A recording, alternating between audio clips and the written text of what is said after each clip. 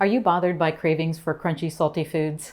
Some low-carb dieters have no problem giving up the sugary, sweet treats, but when it comes to foods like potato chips, the pull is strong.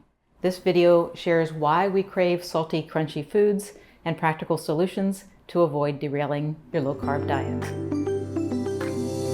When people were asked to rate 35 foods to determine which of them were most associated with addictive-like eating behaviors, it should come as no surprise that potato chips ranked near the top of the list.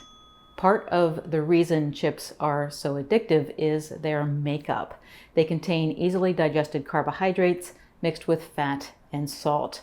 This combination of ingredients sets off pleasure alarm bells in your brain that make you crave more. However, when it comes to processed snack foods like chips, pretzels, and flavored corn chips, the texture of the food also plays a role in our inability to stop eating despite the desire to do so. The texture of a food is often referred to as the mouthfeel, and it is part of the entire sensory experience associated with eating crunchy foods. It can also explain why a binge often involves a combination of crunchy snacks and melt-in-your-mouth sweets. There is a phenomenon called sensory-specific satiety that refers to the declining satisfaction we get from eating a particular type of food and the subsequent increase in appetite that we get when we switch to a new taste or texture. In other words, you might be hooked on the bowl of chocolates, but after eating them for a while, you'll be more drawn to the salty, crunchy potato chips that are sitting right beside them, or vice versa. A heightened desire for salty snacks can also be related to dehydration, which is something to be aware of as a low-carb or keto dieter. A lower carbohydrate intake results in lower insulin levels, which cause water and electrolytes like salt or sodium to be flushed out by the kidneys. If levels drop too low, salt cravings are triggered to get you to eat or drink more.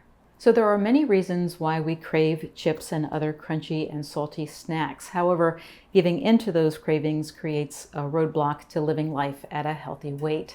Therefore, we need some solutions to move past the cravings. One thing to keep in mind is that a nutritionally balanced body is a hunger-satisfied body. Now, that's a nice, catchy little phrase, but because of the complexity of the human body, maintaining nutritional balance is an ongoing process. This is why cooking low-carb, high-fat meals at home using whole foods is a valuable tool for your success. Remember that sensory-specific satiety phenomenon that I mentioned earlier? When you follow a low-carb, high-fat diet, you quickly find that there are many enjoyable foods to choose from. In fact, if you would like a list, I have a downloadable list of 100 low-carb foods that you can get on my website by going to drbeckyfitness.com/low-carb food list. But these whole foods satisfy hunger, and because the flavors are relatively limited, you stop eating when you are full. Processed foods, on the other hand, have been manipulated to intensify certain flavors and textures. They often contain a combination of salty, sweet, and savory flavors. Each of those flavors activates hunger in a different way, leaving you feeling unsatisfied until you've eaten your fill of salt, sugar, and fat. And by the way, this happens even with processed snacks and bars that have the words keto-friendly on their label. You'll also feel more in control of cravings by taking a preemptive approach to dehydration. To do so, you want to replenish both water and electrolytes. Unfortunately, this is a simple task that can be accomplished by placing an electrolyte supplement into a glass of water. These supplements provide your body with salt as well as potassium and magnesium. Adding a pinch of sea salt to a food or drink is another way to replenish sodium chloride and other trace minerals. Keeping your body nutritionally balanced and well hydrated will help you avoid giving in to salty, crunchy cravings. But this video would not be complete without providing a few suggestions for low-carb food swaps. No doubt some of you have questions about pork rinds. Pork rinds provide a satisfying crunch and texture that is similar to chips. You can argue that pork rinds are a step up from potato chips because they are high in protein and do not contain carbohydrates. However, the thing to keep in mind is that even though They do not have the same addictive mix of ingredients as potato chips. Pork rinds can be easy to overeat when used as a snack. This is particularly true if you are eating pork rinds with artificial flavorings. Now, I will use crushed pork rinds in a recipe as a substitution for a high-carb breading. However, just switching from being a regular potato chip snacker to being a regular pork rind snacker is not going to get you the overall positive results that you're looking for. You will be better off if you select non-starchy vegetables over chips or pretzels. However, by themselves, they don't provide a lot in the way of satisfying a craving.